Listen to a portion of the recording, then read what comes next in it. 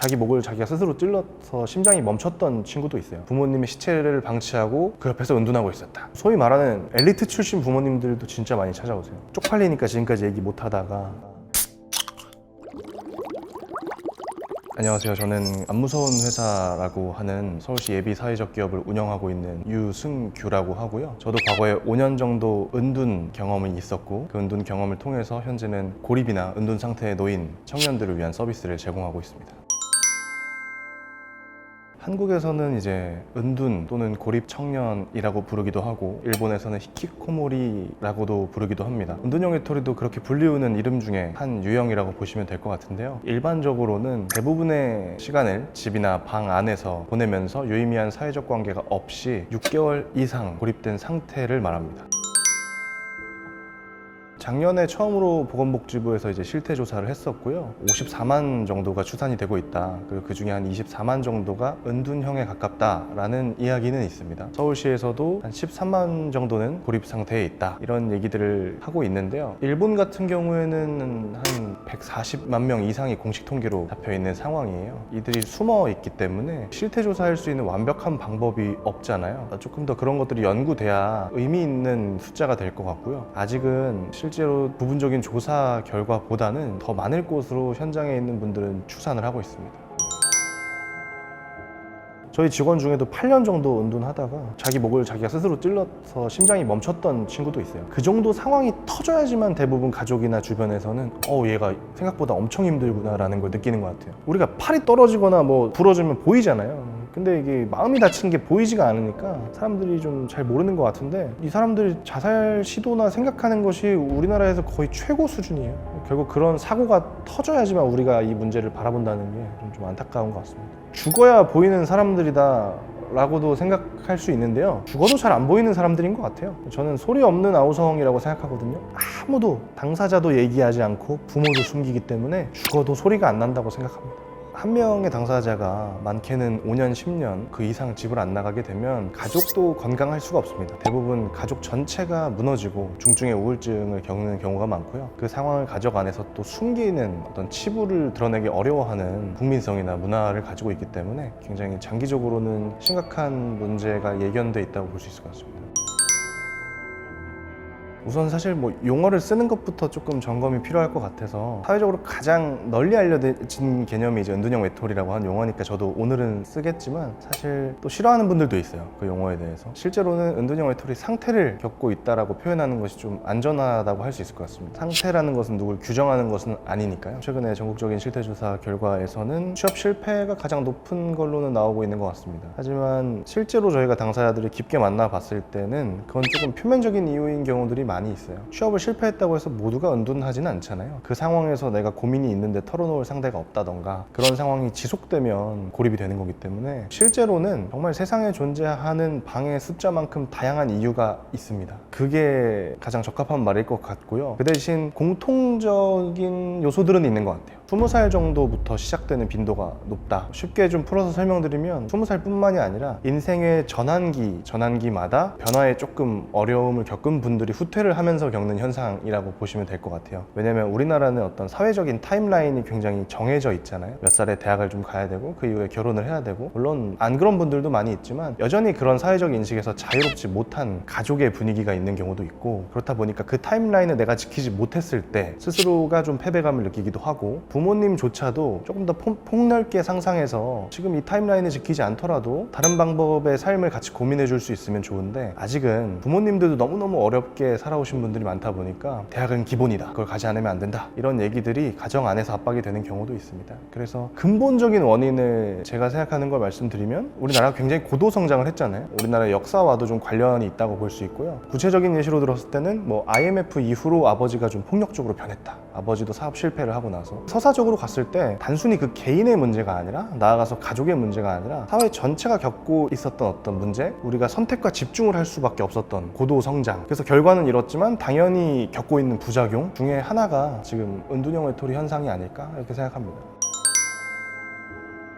약간 개념을 좀 짚어드리는 게 좋을 것 같은데, 고립이란 용어랑 은둔이랑 좀 헷갈리실 수가 있어요. 고립이 보다 덜한 상태를 보통 뜻해요. 유의미한 인간관계가 없어서 정서적으로 좀 고립이 된 걸 많이 뜻하고요. 그 상황이 지속돼서 물리적인 공간에 칩거를 좀 많이 하게 된다던가 그렇게까지 가면 이제 은둔인데요. 당연히 이제 물리적인 공간에서 칩거 상태까지 가게 되다 보니까 은둔의 경우가 예상되는 어려움들이 훨씬 더 큽니다. 일단 건강 문제부터 생기죠. 외출이 거의 없어지기 때문에 언론에서 많이 보여줬던 쓰레기장방 형태로 방이 어질러지는 경우들도 꽤 있고, 그 상태에서 거기 산다고 생각을 해보세요. 멘탈적으로나 어떤 육체적인 건강적으로나 온전할 수가 없거든요. 그리고 패배감에 점점 찌들게 됩니다. 그 공간에서 살고 있다는 게 자기의 가치를 계속 깎아내리는 행위와도 같기 때문에 벗어날 수 없을 것 같은 패배감이 지속되다 보니까 결국에는 병리적인 현상을 동반하게 됩니다. 일본에서의 히키코모리의 개념은 정신병리적인 것이 원인이 아닌 경우만을 얘기했어요. 그러니까 예를 들어서 조현병이나 다른 병이 원인이 돼서 은둔하는 경우는 좀 다르다. 그게 아니라 사회적인 요인에 의해서 은둔하는 경우가 이제 히키코모리의 정의였는데, 국내에도 그런 기조를 좀 따르고 있었는데 사실 양립합니다. 분리하기가 좀 어려워요. 은둔을 하다 보면 당연히 그 기간이 길어질수록 정신병리적인 문제까지 생길 수밖에 없습니다. 내가 방 안에서 씻지도 못하고 사람도 안 만나고 정신적인 병까지 갖게 된다면 당연히 혼자서 벗어날 수가 없거든요. 그런데 우리나라 문화권상 가족은 네가 뭐가 못나서 그러니, 네가 팔다리가 멀쩡한데, 네가 게을러서 그래, 조금 더 열심히 하면 돼, 이렇게 자라오다 보니까 약간 가스라이팅 효과가 있는 거야. 그래, 이건 내가 문제야, 다른 친구들은 다 잘하잖아, 그래 대학이라는 기본이라도 가자 라고 생각하지만 현실적으로 이미 무너진 상태에서 기본이라는 것을 맞춘다는 것은 조금 어려운 상황이죠. 그래서 악순환이 계속 반복되는 겁니다.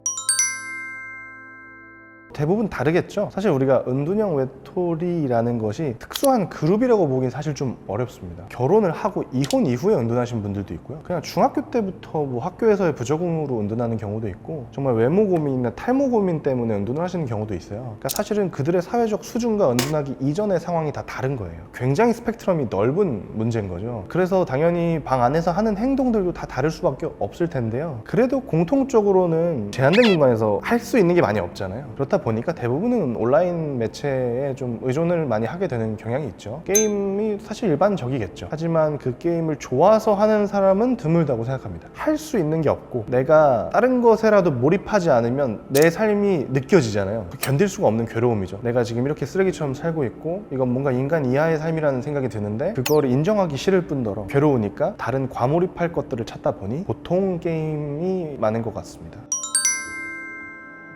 가족들도 고립돼 있다라고 저는 생각해요. 저희 회사나 이런 비슷한 기관들에 이제 연락이 오는 경우도 대부분 이미 악화된 다음에 오거든요. 그러니까 그 이유가 아까 말씀드린 것처럼 이제 어디 가서 자식 자랑이 좀 있는 문화인데 너네 그 큰아들 뭐 하고 있어? 라고 했을 때 솔직하게 얘기하기가 어려운 거죠. 그렇다 보니까 부모님들도 많이 숨기면서 이미 부모님끼리의 사회에서도 좀 고립되어 있는 경향이 있어요. 내 자식 얘기를 하지 못하다 보니까. 그리고 되게 화병이 나죠. 응어리가 지죠. 다 큰 아들은 딸은 집에서 은둔하고 있고 나도 더 이상 돈을 벌 힘이 없는데 굉장히 불안하죠. 그렇다 보니까 결국에 부모님도 상담이나 병원에 다녀야 되는 수준까지 우울증을 호소하는 경우들이 많이 있어요. 그래서 결국 이것은 한 가정이 붕괴하는 일이다 라고도 할 수 있을 것 같고요. 일본의 경우에는 8050 리스크라고 해서 가족의 문제가 또 다른 사회 문제가 된 케이스들이 있어요. 20대 때부터 고립이 시작되는 비율이 높다고 했잖아요. 그때부터 시작한 사람이 이미 30년을 고립해버린 거예요. 그러면 50살이잖아요. 부모가 80이 됩니다. 그럼 부모가 사망했을 수도 있잖아요. 그러면 나중에 부모랑 같이 공멸했다. 부모님의 시체를 방치하고 그 옆에서 은둔하고 있었다. 이런 기사들도 일본에서는 있었습니다. 결국에는 지금 청년들이 은둔한다는 것은 우리가 굉장히 큰 사회적인 손실일 뿐더러 연간 사회적 비용이 한 7조 정도 된다는 연구도 최근에 발표가 됐어요. 청년 그리고 가족 전체가 붕괴되는 일이다라고 할 수 있을 것 같습니다. 가족이 없는 경우에는 은둔형 외톨이 상태를 유지하는 케이스도 있겠지만 홈리스, 노숙인 형태를 유지하는 경우들도 꽤 있을 거라고 생각을 하고요. 쿠팡 같은 일용직을 전전하다가 한 3개월 정도 그렇게 돈을 벌고 되게 고시원에서 생활하면서 한 6개월 정도 다시 은둔을 하고 그런 게 반복되는 분들도 있어요. 가족이 없는 경우뿐만이 아니라 가족이 있어도 가족과 관계가 거의 절연 상태라거나 그런 경우에는 그렇게 살아가는 분들도 있습니다. 계속 위기인 거죠. 필수로 달리는 악플이 1차원적으로 생각했을 때 다 배가 불러서 은둔하는 거다. 없다. 쟤네들 돈을 끊으면 나온다고 해서 해결되는 문제는 아니라고 생각합니다. 우리가 이 사회에서 느끼고 있는 어떤 정서적인 고립이. 그러니까 악플을 쓰시는 분들도 대부분 버티고 있으니까 악플을 쓰겠죠. 마음이 너무 여유롭고 지금 살만해서 그래 저런 사람들을 좀 도와줘 볼까 하는 생각이 전혀 들지 않는 겁니다. 나도 이렇게 힘들게 일하고 있는데 너네가 뭔데, 이렇게 이제 돼버리는 거죠. 그리고 이들이 자살 시도하는 비율도 굉장히 높기 때문에 그 상황에서는 좀 도움이 필요한 거죠. 가장 1차적으로는 가족이 고통받을 거고, 저출산 시대에 청년들이 경제활동을 하지 않는 문제들도 굉장히 생길 거고, 앞서 말씀드린 그 사회적 비용에 대한 연구가 청년 인구를 굉장히 보수적으로 잡았을 때 한 7조거든요. 이 추세를 지금 멈추지 못하면 계속 늘어요, 연간. 사실 우리 사회 자체가 손실을 보고 있는 거고, 극단적으로는 굉장히 조심스러운 얘기이긴 하지만 일본의 히키코모리 관련 단체에서 저도 이제 들은 얘기인데, 일반 범죄율은 낮지만 무차별적인 범죄율의 히키코모리 비율이 일부 차지를 하고 있다, 이런 얘기들이 있어요. 근데 그것을 정말 부정적으로만 봐야 되고 이들이 잠재적 범죄자라고만 봐야 된다라는 건 조금 조심스러운 것 같아요. 일본은 또 그런 범죄들이 벌어져서 이 이슈에 대해서 포커싱 하게 된 계기가 됐어요. 한국은 그렇게 되기 전에 우리가 좀 예방을 해야 되는 게 먼저이지 않을까 생각을 하고 있습니다. 똑같은 상황에 처해 있다고 가정해보면 혼자 사는 경우가 아무래도 더 고립이 장기화될 가능성이 크죠. 쉽게 말하면 내 고민을 이야기할 수 있는 분위기가 아닌 거잖아요, 사회가. 그런 얘기를 하면 이제 야, 그런 건 좀 해야지, 네가 좀 더 노력해야지, 이런 피드백만 듣는 거죠. 근데 그런 상태에서 오랫동안 학습이 되어 왔는데, 가족이랑 있으면 그래도 가까이 누가 있으니까 우발적으로라도 한번 얘기해 볼 수 있는데, 혼자 있으면 가족의 연락도 회피하게 될 가능성이 크죠. 어쨌든 부모님이 자취비용을 내준 경우도 꽤 많을 테니까 나를 이렇게 지원해 줬는데 내가 또 사람처럼 못 살고 있네, 그런 생각이 들면 부모의 연락을 아예 안 받아버리는 경우도 꽤 많아요. 그래서 저희 쪽에 들어오는 의뢰 중에 한 70%는 부모님이죠. 부모님이 먼저 연락이 오죠. 당사자가 직접 연락하는 경우는 거의 절반 이하입니다.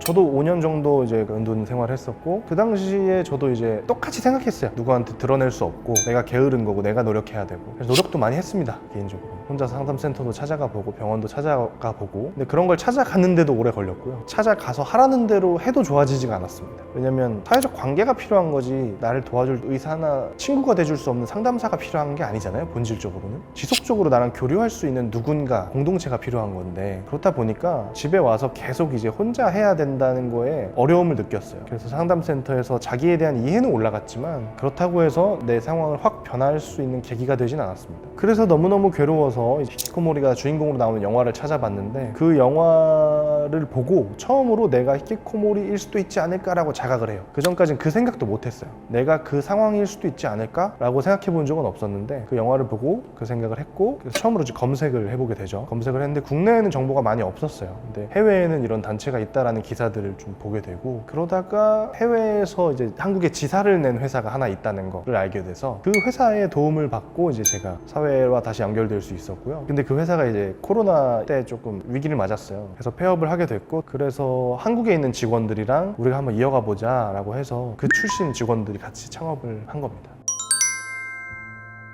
기본적으로는 방문 상담하는 것도 소규모로 하고 있고요. 누군가에게 좀 자극이 필요한 사람을 위해서 부모님이랑 잘 준비해서 어떻게 방문을 해볼지 같이 고민을 하는 사업이 있고, 근데 그 기간이 너무 오래되면 누군가의 지속적인 케어가 좀 필요해요. 극단적인 경우에 몇 년 동안 안 씻은 분도 있어요. 생활 습관을 다시 만들어준다는 건 거의 양육이거든요. 그래서 같이 모여 사는 쉐어하우스를 하나 운영합니다. 그리고 인력 양성이 필요하다 했잖아요. 그래서 당사자 출신들을 양성하는 사업을 해요. 전문가가 없는 분야라고 말씀드렸다시피 이것은 경험한 분들에게 의존이 굉장히 클 수밖에 없는 분야예요. 그들을 연구하기 너무 힘드니까요. 그래서 그들을 잘 양성해서 그들이 또 직업으로서 활동할 수 있게 하는 은둔고수 양성 과정이라는 것을 운영해서 그렇게 되고 있고, 작년에 신규로 시작한 사업이 콘텐츠 사업인데, 인식 개선할 수 있는 영상이나 테스트 개발이나 교구를 제작하는 사업이나 이런 것들까지 해서 총 3가지라고 보시면 될 것 같아요. 당사자를 직접 만나고 발굴해서 쉐어하우스에 유입시키거나, 은둔고수분들이 진행하는 프로그램에 유입시키거나, 은둔고수 양성 과정을 하거나, 그조차도 어려운 사람들이 유튜브에서라도 얻어 걸려라 라는 이제 콘텐츠 사업, 그리고 대중의 인식을 개선하기 위해서도 그런 것들을 좀 하고 있다고 보시면 될 것 같아요. 소위 말하는 엘리트 출신 부모님들도 진짜 많이 찾아오세요. 쪽팔리니까 지금까지 얘기 못 하다가 사실은 내 자식이 10년째 이러고 있다, 제발 한 번만 도와달라고 진짜 울면서 찾아오시는 분들이 있고요. 기억나는 분이 정말 지방에서 땡볕이 쨍쨍 뛰는 진짜 폭염 날씨였어요. 근데 저희가 쉐어하우스 주소도 노출이 돼 있거든요. 사무실 주소가 아니라. 쉐어하우스는 저도 같이 살아요. 근데 쉐어하우스에 이제 누가 주말에 찾아오면 저도 기분이 나쁘잖아요. 약속도 없이 그냥 사는 곳인데. 그래서 처음에 되게 불쾌했어요. 나중에 알고 보니까 자식이 13년 정도 은둔을 했는데 이런 회사가 있는 걸 알고 진짜 그냥 이성을 잃고 찾아오셨대요. 대구 쪽에서부터 이성을 잃고 찾아오셨고 굉장히 엘리트셨더라고요. 정말 그 당시에 여성이 가질 수 없는 수준의 연봉과 직업을 가지고 있었는데 그 생활을 하다 보니까 가족과의 교류할 시간이 너무 없었고 자녀가 은둔하게 된 것에 대해서 큰 책임을 느끼고 계셔서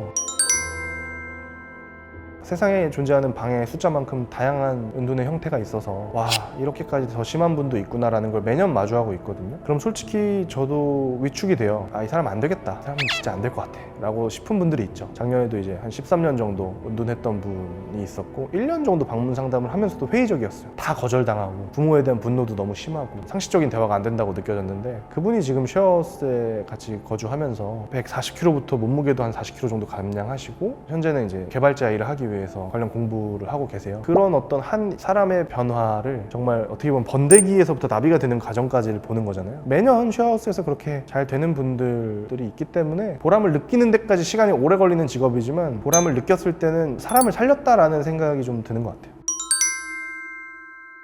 어떤 분이 이제 완전히 고립돼 있어서 저희가 특수청소 업체랑 같이 청소를 이렇게 한번 해주러 갔었는데 그때 조금 안타까웠던 거는 그분의 그 쓰레기 더미 안에서 각종 지원 단체의 팜플렛들이 다 나왔어요. 그러니까 반대로 얘기하면 뭐냐면 그 어떤 단체도 이 사람에게 도움이 되지 못했구나 라는 반성을 좀 했던 일이 있었습니다. 그러니까 아무래도 아직까지 히키코모리에 대한 어떤 연구가 국내에서 많이 이루어지지 않았기 때문에 그리고 그들을 지원할 수 있는 인력도 없어요. 1차적으로 생각했을 때 심리상담사랑 의사 같은 전문가들한테 보내면 되는 거 아니야? 라고 생각하지만 우리가 청년을 복지의 대상으로 바라본 지도 얼마 안 됐어요. 청년은 알아서 잘하는 거지 라고 생각했기 때문에 청년이 고립돼 있는데 그들을 위한 상담을 하는 어떤 기법 이런 건 연구된 게 없습니다. 그러니까 상담센터도 오는 내담자에게 익숙한 포맷인 거예요. 노인분들한테 뭐 방문 요양을 하는 것은 연구가 좀 돼 있겠지만 청년들에게는 접근이 좀 다를 수가 있거든요. 노인분들은 어르신 제가 김치를 좀 만들어 왔습니다, 같이 먹읍시다 라고 하면 좋아하시는 분들도 많죠. 근데 청년분들 중에 예를 들어서 아, 저희 뭐 고독사 예방으로 저희가 왔다 갔는데 안 계셔서 이거 붙여놓고 갑니다, 한번 연락 주세요 하면 당신이 뭔데 내가 여기 1인 가구고 혼자 사는 걸 알리냐 라고 역으로 고소하는 경우들도 있어요. 청년이라는 대상에 대해서도 우리가 좀 생각할 필요가 있고 그들이 처하고 위축되어 있는 그 상황에 맞게끔 접근을 해야 되는데 무작정 찾아간다고 해서 그들이 좋아할 것이다, 이거는 좀 반대로 생각해도 힘드실걸요. 내가 10년 정도 고립되어서 막 쓰레기장 방에 있는데 나도 그 상황을 드러내기가 싫으니까 숨어 있는 거잖아요. 근데 누가 찾아와서 도와준다, 쉽지가 않을 수 있는 거죠. 그래서 지금은 역으로 병원에서 저희 쪽으로, 상담센터에서 저희 쪽으로 보내는 경우들도 있어서 지금은 도와줄 인력이 먼저 양성이 돼야 되는 시점인 것 같은데요. 네. 은둔 상태에 계신 분들에게는 상상력을 좀 키워드리고 싶어요. 우리가 그래봤자 몇십 년 살지 않았고 우리나라에도 여러분들을 불편하게 하는 사람들도 있겠지만 이 문제에 맞서 싸우고 있는 분들도 꽤 많이 있거든요. 그런 분들과 연결된다면 평소에는 하지 못했던 이야기도 털어놓을 수 있을 거예요. 다른 삶도 가능하고 나랑 좀 맞는 사람이 있을 수도 있다는 상상력을 한번 가져보시면 어떨까. 가족분들에게도 대부분 너무 자책을 안 하셨으면 좋겠어요. 제가 처음부터 사회적 문제다라고 얘기하는 것 자체도 영국에는요 고독부 장관이 있어요. 사회적인 외로움을 사회의 문제로 바라보겠다는 거예요. 일본에도 있긴 있습니다. 가정이 외로워지고 고립되는 게 우리 가족이 잘못해서라고만 생각하면 오히려 문제 해결이랑 좀 멀어지는 것 같습니다. 가족들부터 먼저 지속력을 확보해야 되는 일인 것 같아요. 한국에도 작지만 부모협회라던가 관련 단체들이 있으니까 그런 곳들이랑 먼저 연결되셔서 부모님부터 지속력을 좀 만드시기를 추천을 드립니다. 이 얘기 어디 가서 못한다고 생각하지 마시고 부모님부터 아, 이런 얘기 해도 되는구나 라는 걸 느끼시고, 그래서 지속력이 생겨야 자녀한테도 부담을 덜 주면서 방법을 도모할 수 있지, 그게 안 되면 참는 거죠. 참다가 화가 터져버리면 자녀한테 또 상처를 주는 거죠. 악순환의 반복이기 때문에 이런 단체들이랑 연결이 되셨으면 좋겠습니다.